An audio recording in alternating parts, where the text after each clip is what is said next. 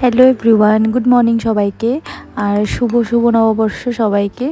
তো আজকে শুভ নববর্ষের দিন আমি সকাল সকাল ঘুম থেকে উঠে রেডি হয়ে স্নান করে রেডি হয়ে ভেবেছিলাম একটু বেরোবো, কিন্তু যা গরম তার জন্য আমার বেরোনোর সাহস হয়নি।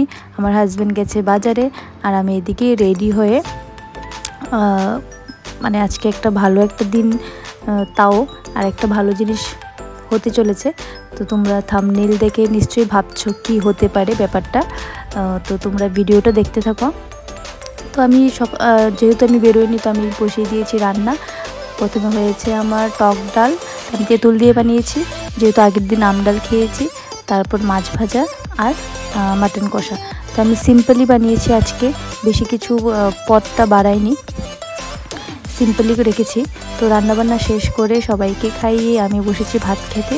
তবে হ্যাঁ, ওইটা যেটা দেখছো খাচ্ছি সেটা হচ্ছে পাঁচন, আগের দিনের। আর অ্যাকচুয়ালি আমার পাঁচনটা এত ভালো লাগে, আমি যতদিন থাকে ততদিনই খাই, 2 দিন 3 দিন যতদিন থাকবে ততদিন ফ্রিজে রেখে রেখে খাই। আর তারপর খেলাম মাটন দিয়ে। মাটনটাও অল্প নিয়েছি, যেহেতু বানিয়েছি টেস্ট তো করতেই হবে। লাস্টলি আমি খেলাম টক ডাল খালি, কারণ টক ডালটা আমার খালি খেতে লাস্টে ভীষণ ভালো লাগে, খুবই একটা ফ্রেশ ফিল হয়।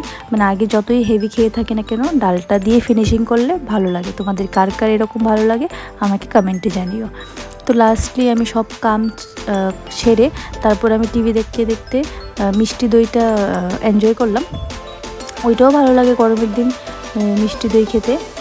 তো ভীষণই গরম পড়েছিল নিউ ইয়ারের দিন।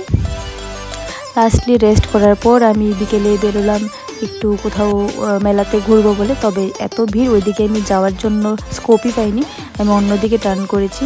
তবে হ্যাঁ, থাম্বনেলে যেটা দেখেছো তোমরা নিউ মেম্বার, তো ওইটার ব্যাপারে আমি এখন আজকে ভিডিওতে কিছু আর বলছি না। ওইটা দেখাতে পারিনি বা তোমাদের সাথে শেয়ার করতে পারিনি, পরে আমি অন্য ভিডিওতে শেয়ার করব। আজকের ভিডিওটা এই পর্যন্তই, তোমাদের সাথে দেখা হচ্ছে অন্য একটা ভিডিও নিয়ে। টাটা।